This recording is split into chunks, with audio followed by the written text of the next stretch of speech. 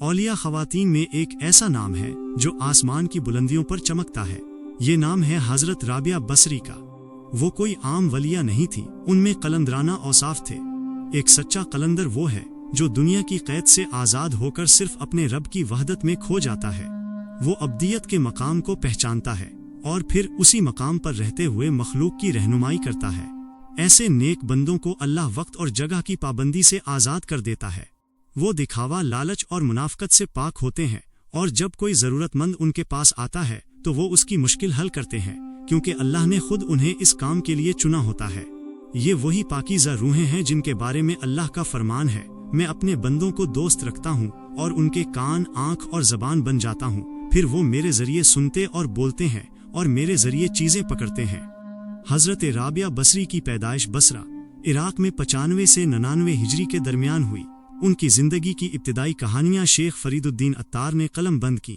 ان سے منسوب بہت سی کرامات ہیں، کچھ سچی ہیں اور کچھ بعد میں گڑھی گئی ہیں، لیکن جو مستند حوالہ جات ہیں وہ شیخ عطار کے ہی دیے ہوئے ہیں، کیونکہ رابعہ بصری نے خود کچھ نہیں لکھا۔ وہ اپنے والدین کی چوتھی بیٹی تھیں، اسی لیے ان کا نام رابعہ یعنی چوتھی رکھا گیا۔ ان کا گھرانہ بے حد غریب تھا مگر باعزت۔ ان کی پیدائش کی رات کا ایک واقعہ ہے۔ گھر میں نہ دیا جلانے کے لیے تیل تھا اور نہ ہی ننھی رابعہ کو لپیٹنے کے لیے کوئی کپڑا۔ والدہ نے شوہر سے کہا کہ پڑوس سے تھوڑا تیل لے آئیں، مگر ان کے والد نے پوری زندگی اللہ کے علاوہ کسی کے آگے ہاتھ نہیں پھیلایا تھا۔ وہ پڑوسی کے دروازے تک گئے مگر دل نے اجازت نہیں دی اور وہ خالی ہاتھ لوٹ آئے۔ اسی رات رابعہ کے والد نے خواب میں ہمارے پیارے نبی صلی اللہ علیہ وآلہ وسلم کی زیارت کی۔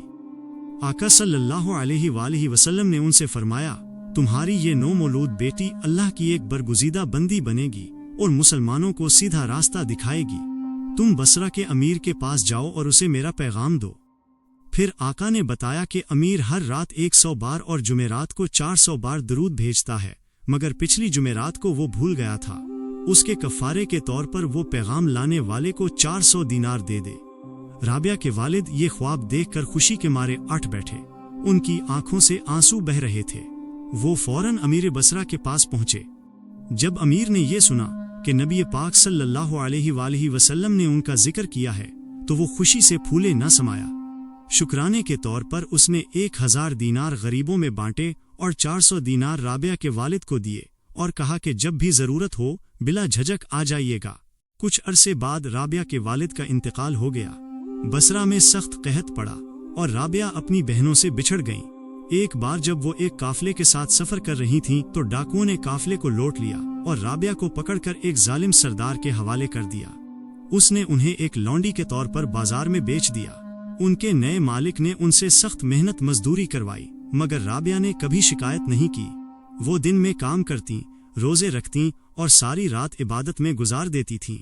ایک رات ان کا مالک آدھی رات کو جاگ گیا اور اسے رونے کی آواز سنائی دی۔ وہ چپکے سے رابعہ کی کوٹری کی طرف گیا اور یہ دیکھ کر حیران رہ گیا کہ رابعہ سجدے میں ہیں اور گریہ ازاری کر رہی ہیں۔ وہ رو رو کر کہہ رہی تھیں، اے اللہ، تو میری مجبوریوں سے خوب واقف ہے۔ دن بھر کے کام مجھے تیری طرف آنے سے روکتے ہیں، تو مجھے اپنی عبادت کے لیے پکارتا ہے، مگر میں جب تک تیری بارگاہ میں حاضر ہوتی ہوں نمازوں کا وقت گزر چکا ہوتا ہے، اس لیے میری معذرت قبول کر لے اور میرے گناہوں کو معاف کر دے۔ اپنی کنیز کے یہ الفاظ اور اس کا یہ سچا جذبہ دیکھ کر مالک کا دل خوف خدا سے کانپ اٹھا۔ اس نے سوچا کہ ایسی اللہ والی بندی سے کام کروانے کے بجائے بہتر ہے کہ اس کی خدمت کی جائے۔ صبح ہوتے ہی وہ رابعہ کے پاس آیا اور کہا کہ آج سے تم آزاد ہو، اگر تم چاہو تو اسی گھر میں رہو، یہ میری خوش قسمتی ہوگی، ورنہ تم اپنی مرضی کی مالک ہو۔ بس میری ایک درخواست ہے کہ میری تمام زیادتیوں کو اس ذات کے صدقے معاف کر دینا جس کی تم راتوں کو جاگ جاگ کر عبادت کرتی ہو۔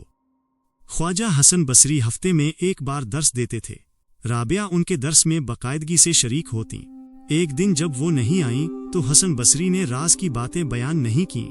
کسی نے پوچھا تو انہوں نے جواب دیا، جو شربت ہاتھیوں کے لیے تیار کیا جاتا ہے چونٹیاں اسے برداشت نہیں کر سکتی۔ ایک اور موقع پر رابعہ بصری کو کسی اور نے ملازمہ کے طور پر خرید لیا۔ مالک ان سے بہت سخت کام لیتا تھا۔ ایک دن ان کا پیر پھسلا اور وہ گر گئیں۔ ان کے ہاتھ کی ہڈی ٹوٹ گئی مگر انہوں نے آہ تک نہ کی۔